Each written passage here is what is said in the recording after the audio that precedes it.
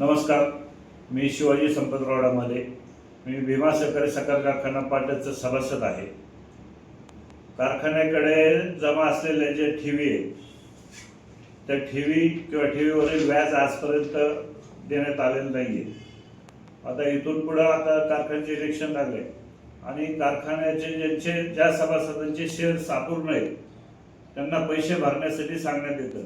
मग ते आमचं असं म्हणणं आहे की ते जे ठेवी जे कारखान्याकडे आहेत किंवा ठेवीवरील जे व्याज आहे साधारणतः बघा 42 कोटी 43 कोटीच्या आसपास आहे, तर त्याच्यामधून ते पैसे कारखान्याने शेअर्समध्ये वर्ग करावा असं आमची कारखान्याला विनंती आहे. आणि आम्ही तसा पत्रव्यवहार कारखान्याशी केलेला आहे आणि साखर आयुक्तांना पण केलेला मेल केलेला आहे. हे ज्या ठेवी आहेत त्या ठेवी कुठल्या आहेत?